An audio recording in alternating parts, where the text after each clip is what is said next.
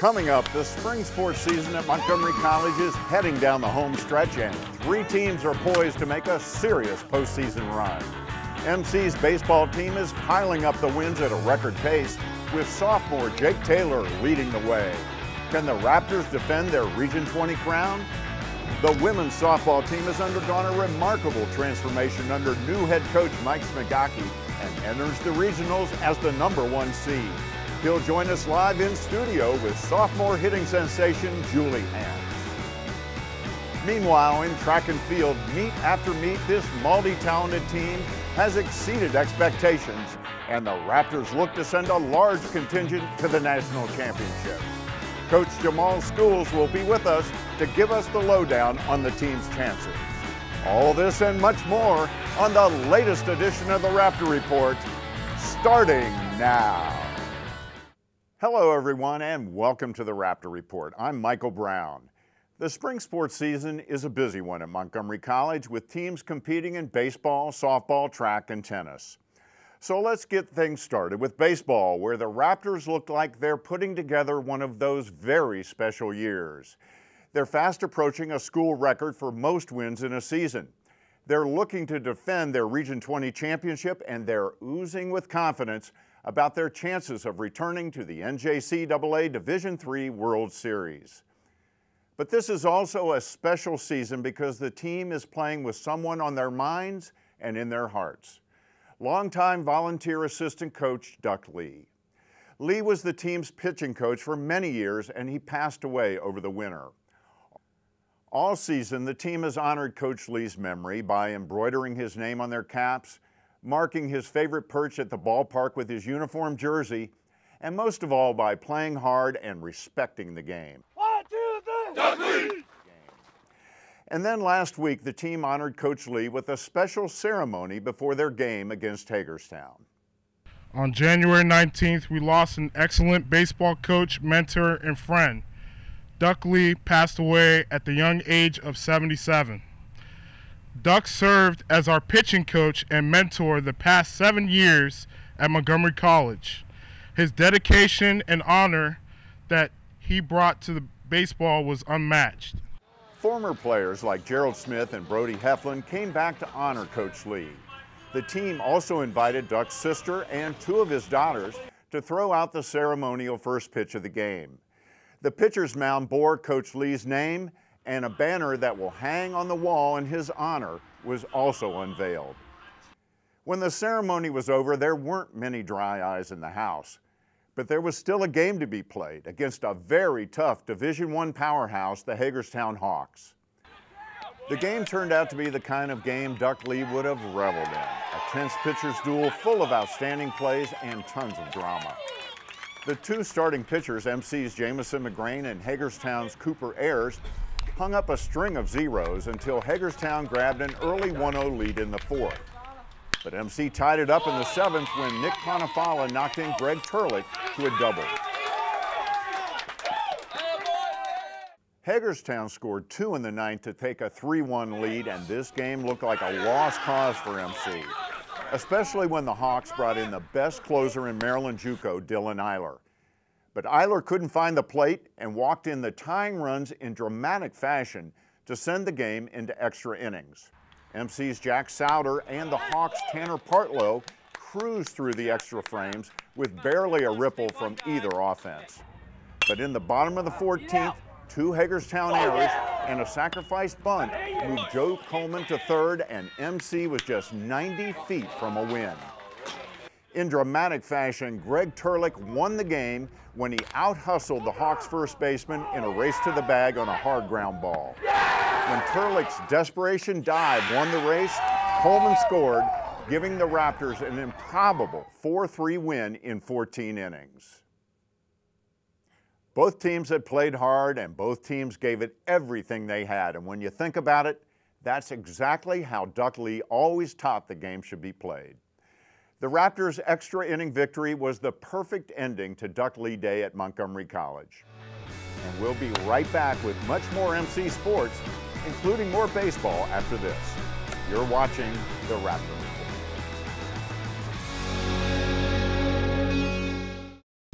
Whether you're a recent high school graduate, career-changing adult, or seeking professional or personal development, Montgomery College has what you're looking for. We offer more than 130 programs of study as well as workforce development and continuing education to prepare you for a rewarding future. Take advantage of our small class sizes, award-winning faculty, and flexible scheduling. Evening, weekend, and online classes offered. Apply today. Montgomery College, endless possibilities. 240-567-5000.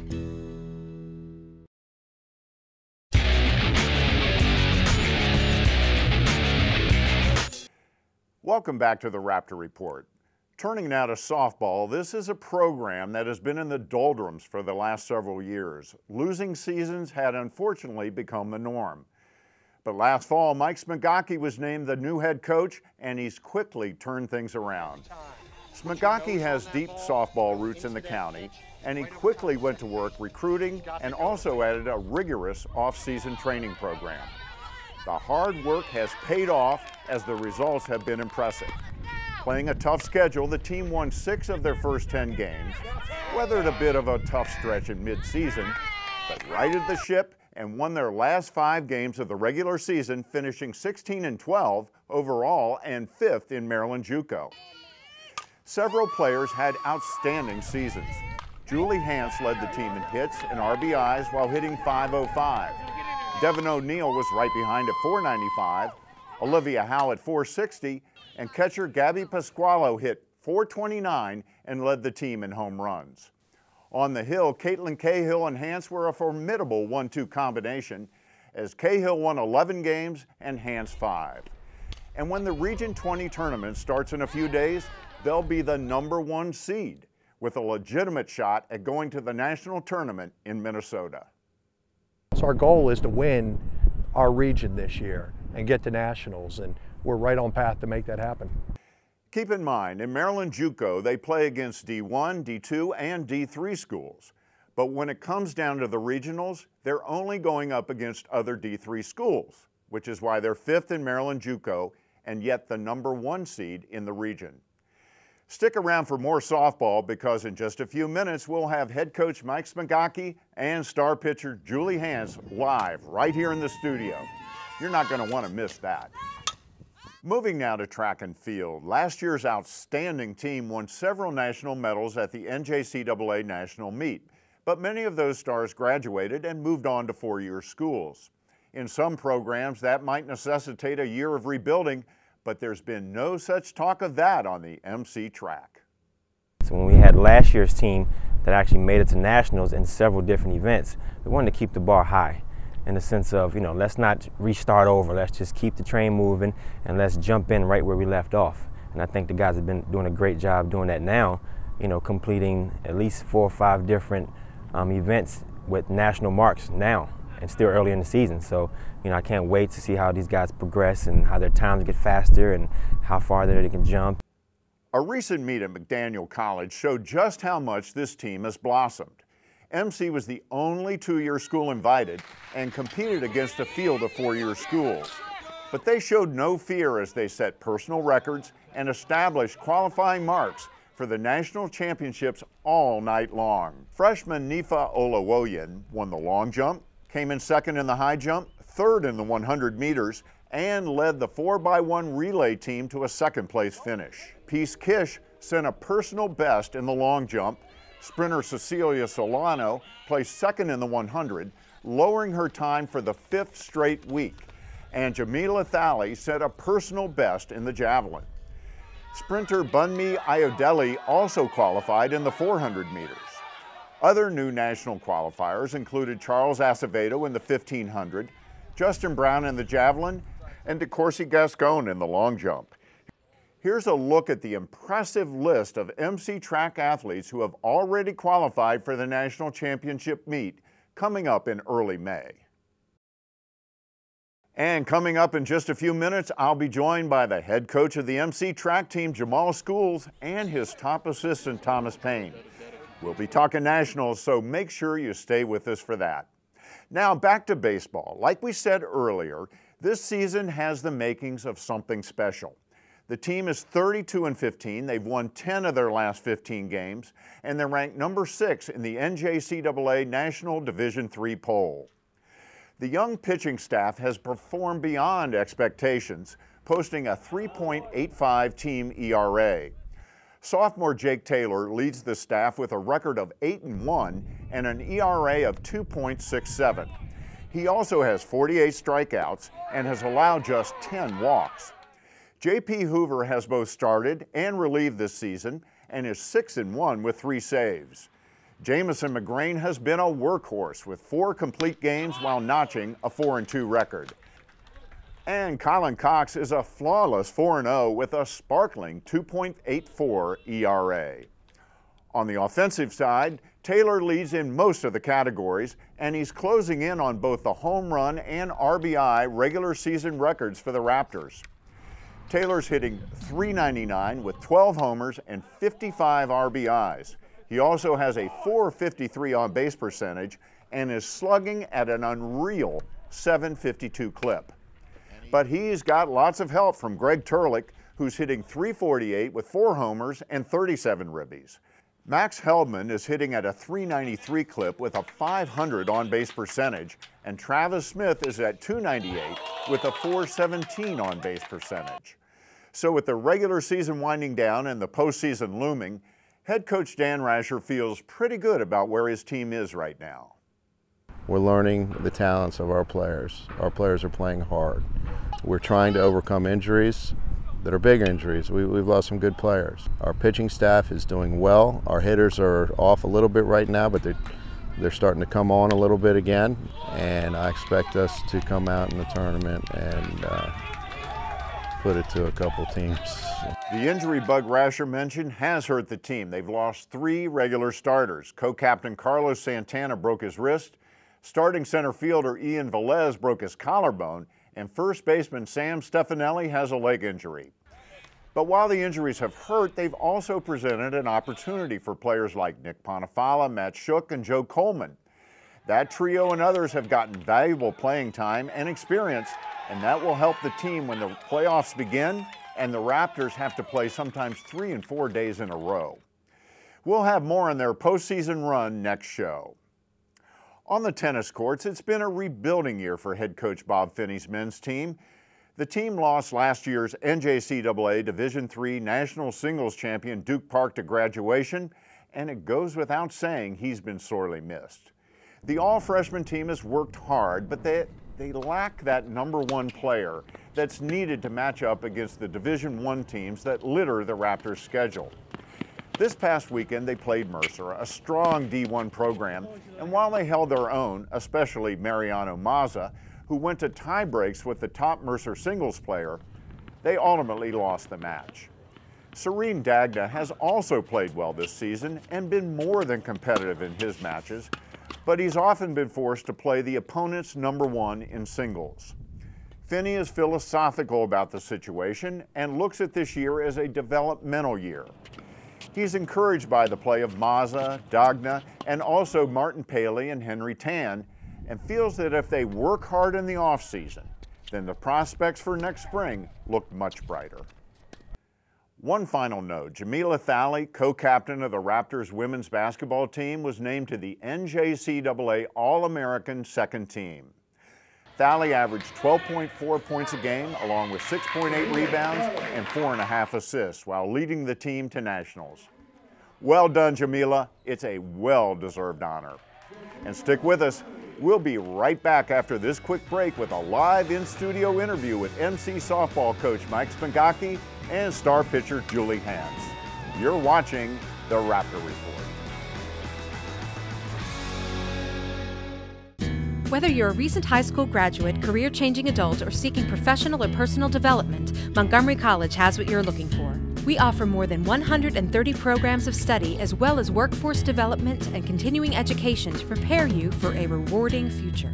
Take advantage of our small class sizes, award-winning faculty, and flexible scheduling. Evening, weekend, and online classes offered. Apply today. Montgomery College, endless possibilities. 240-567-5000.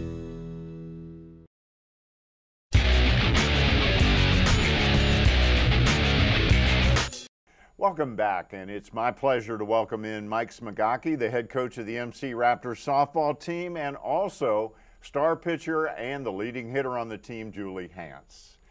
Thank you both for stopping by. It's great to have you here. Thank you. Thanks. Appreciate it.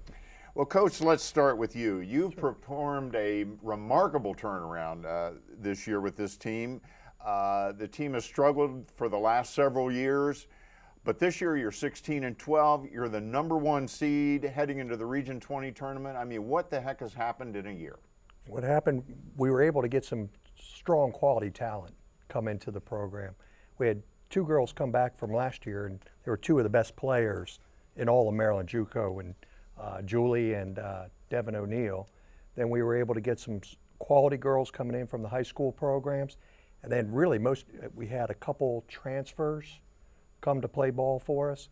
But mostly we had some girls that were within the college itself that weren't playing before. And we convinced them to come on out and play. And the combination of all that talent, that's what really did it. Well, Julie, now you were on the team last year. The team really struggled. I know. You guys played hard, but you struggled. This year, you've seen the other side of it. You've enjoyed a really outstanding season. What was it like to experience that turnaround, and what part do you think the players played in it? It's definitely been exciting, a lot different than last year. Last year was a lot of fun, but a lot of the players last year weren't experienced, and you know, this year we were grateful enough to have players that actually came from where me and Devin played high school. They ended up back with us, so there was chemistry there already. But all of the girls, they pretty much know how to play ball, so everything just kind of clicked. But everyone was definitely a lot more dedicated this year too, because I think the fact that everyone knows the game a lot more makes it more exciting and everyone gets into it. So you and Devin were high school teammates? Yeah, she was actually the catcher for me in high school, and I was a pitcher. So. That's great. That's great to get to play college ball together. Now the Region 20 tournament is right around the corner. You guys are the #1 seed going in. You finished 5th in Maryland JUCO, but again, Maryland JUCO is D1, 2, and 3. Correct. When we play the Region 20, it's just the D3 teams. You guys are the #1 seed. How's that feel, and any predictions? Coach, let's start with you. It feels good. We've beaten every team that we're going to play against. We've beaten them twice out there. So we're 8-0 against all the teams that we could possibly play. But there's some good competition out there. It's not like we're going to be able to go out there and just throw our gloves on the field and expect to win. We've really got to push hard. But I think if we play to the level of our capabilities, we should win the region out there. Julie? It's definitely exciting, but it's also nerve-wracking because we've been playing well all season, but the fact that we have such a big chance to actually go to nationals and to do it, it's very exciting. But I think that as long as we play like everyone can and everyone wants it, then we'll be able to be successful. Well, Coach, a little moment of reflection here. We have just about a little over a minute to go. When you look back on how far this team has come in such a short amount of time, what goes through your mind? Well, I think these girls are going to be known as a team that really put MC softball on the map. From my perspective now, we've got to be able to sustain this. So hopefully getting the word out, within Montgomery County, keeping the talent that is in the county coming here and playing ball and sustain this high level of play for many years. And Julie, how do you, when you reflect on the whole year, what comes to your mind? Just a lot of fun memories with the team. There was a great chemistry this year, and our coaches were awesome. All the time they put into everything, and yeah, we just hope we'll do well to end it off. I think you will, and I appreciate you both taking the time out of your busy schedules to come in and join us today, and good luck in the Region 20 tournament that is right around the corner. And stay right where you are, because up next we'll meet the coaches from the MC track team. You're watching the Raptor Report. Whether you're a recent high school graduate, career-changing adult, or seeking professional or personal development, Montgomery College has what you're looking for. We offer more than 130 programs of study, as well as workforce development and continuing education to prepare you for a rewarding future. Take advantage of our small class sizes, award-winning faculty, and flexible scheduling. Evening, weekend, and online classes offered. Apply today. Montgomery College, endless possibilities. 240-567-5000.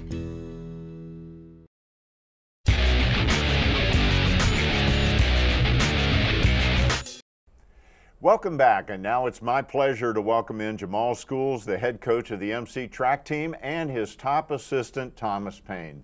Guys, thanks so much for coming in. I know how busy you are, so I really appreciate it. Thank you for having us. Yep. All right, Coach Schools, let's start with you. Now, last year this team won several national championship medals, but you lost a lot of those athletes to graduation. They went on to four-year schools with scholarships. So what was your philosophy coming into this year? I know rebuilding really wasn't part of it. Right. Well, last year when we left nationals, we kind of left the bar kind of high. Actually winning the national championship in our women's relay team and just competing in a lot of the individual events. And we didn't want to kind of start over. We just wanted to kind of start where we finished. With a lot of freshmen from last year coming back with their experience as sophomores, and then with the recruiting class we had coming in, it was kind of an easy adjustment for me and Coach Payne to kind of just keep the pedal on and just keep moving forward and keep pushing to where they can kind of get a personal record each and every event and each and every meet where, you know, it's a development stage. We're not expecting them to come back and hit national marks our first and second meet. You know, as progression goes along, keeping the injury bug away from us, you know, with the big challenges of weather, you know, it kind of had us starting real late. There's a lot of cold days out there, but, you know, gradually getting better and getting better, and I think we're where we're supposed to be. So it's just, your philosophy was just kind of build in a slow, methodical way, hoping to peak at nationals. Yep, and I think that's where we are now. A lot of guys have really pushed themselves and seen the development themselves without, you know, Coach Payne and I really, you know, specifying where they are, where they should be, the times of where they should be. They kind of can get a sense of, you know, I guess self-evaluation, because that was the one thing we talk about after each event is to evaluate yourself and evaluate the comparison of four-year athletes based on our schedule. You know, we competed against, you know, D1 and D3 scholarship athletes. Well, Coach Payne, let's talk about the Nationals, which are coming up, and they're right up the road at Howard Community College in just a week or so. How does an athlete qualify for the Nationals? How does it work? Well, the NJCAA sets out a standard for each event, and that athlete has to hit that mark in order to be invited to Nationals and compete at Nationals. So if we're talking about like the 100-meter dash, they'd have to hit, the men's side will have to hit like 11.43 seconds. So our athletes, you know, their biggest goal during the season is to try to hit that mark. And we've already had a number of athletes on the team qualify for the Nationals. I know you have one meet left, I believe, before Nationals. So those that haven't are really going to be pushing in that one, I can imagine. We showed the list earlier. It's an impressive list of those who have already qualified. Coach Schools, without, you know, mentioning specific athletes because we don't want to leave anybody out, but what events do you think MC should do well in the Nationals and score in? Well, first and foremost, from the, I want to say, some 30 athletes that we have competing, 14 qualify for Nationals, of which involve 20 to 21 different events, which is a big accomplishment for us. Again, not pinpointing certain athletes, but, you know, collectively, we've kind of spreaded the wealth amongst different events. I feel that our, you know, women's relay, you know, kind of has something to prove, you know, defending their title, with two of the relay members returning and two incoming freshmen. You know, it's kind of, I guess, an important thing for them, you know, just to say, you know, it wasn't a fluke from last year. We can, you know, we're athletes. Yes, we're D3, but we can compete with the best of them. You know, spreading the wealth with the 400 hurdles, something that we didn't have last year. 100 to 200 meter guys are, you know, showing pretty good signs of improvement. And our 4x4 men's team feel like they definitely have something to prove, because last year we came up a bit short from making it to finals, which is the top 8 teams. So we finished 9th out of the 15 some odd teams that we had in Nationals. So they have something to prove in the sense of, you know, we should be in that final group as well. So they've been competing. Practice has been outstanding with the focus. And just, knowing that this week is our last meet to really, either make the qualifying times or improve our times the way we can compete in nationals, it's kind of been a pleasure to me and Coach Payne, because we didn't have to do a lot of the discipline stuff, because it's taken care of from our sophomores. Well, I tell you, I appreciate you both coming in. We are looking forward to it. Mark your calendars out there, because the Nationals are going to be right up the road at Howard Community College, May 9th through the 11th. And if you want to have some fun and see some amazing athletes, make sure to check that out, because track meets, there's always something going on, and it's a lot of fun. Absolutely. Well, listen, thanks again so much for you guys coming in. I really appreciate it. I know how busy you are. Good luck to the team and to you guys at the Nationals. Thank you. Thank you. Thank you. And stick with us. We'll be right back with our choice for the MCTV Sports Student Athlete of the Month after this. You're watching the Raptor Report.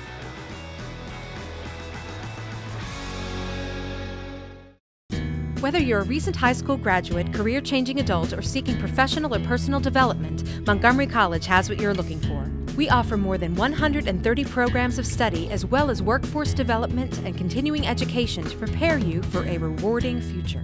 Take advantage of our small class sizes, award-winning faculty, and flexible scheduling. Evening, weekend, and online classes offered. Apply today. Montgomery College, endless possibilities. 240-567-5000.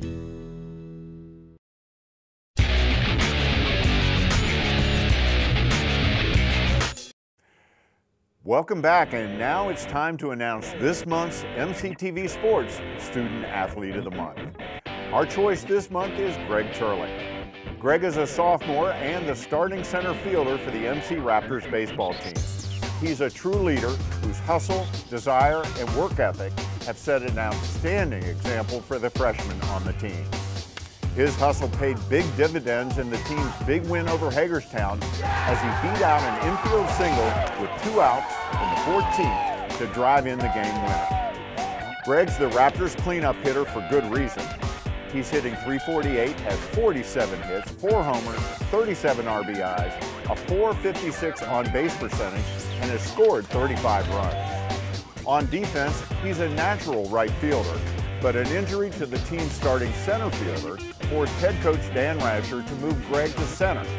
And he's done a great job out there patrolling the gaps, as his 15 assists would attest.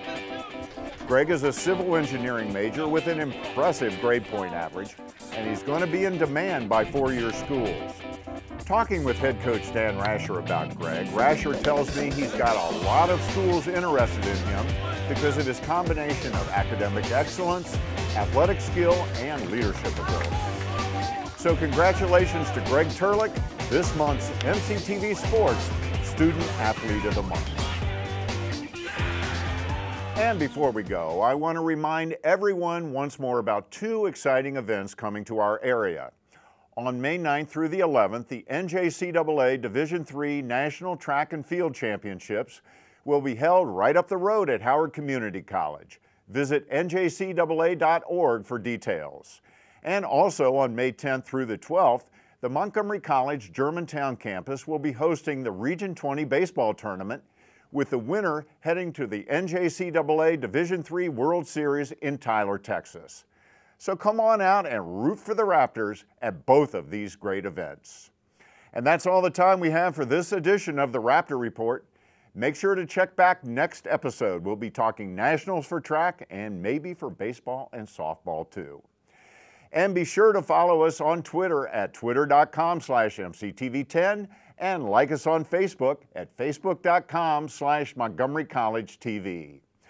Episodes of the Raptor Report and archived MCTV sports broadcasts are also available on our YouTube channel at youtube.com/Montgomery College. Lots of ways to find out about upcoming games, watch past games, or keep in touch with the latest MC sports news. Join us back here next month for our postseason update. We'll see you next time. Thanks so much for watching, everybody.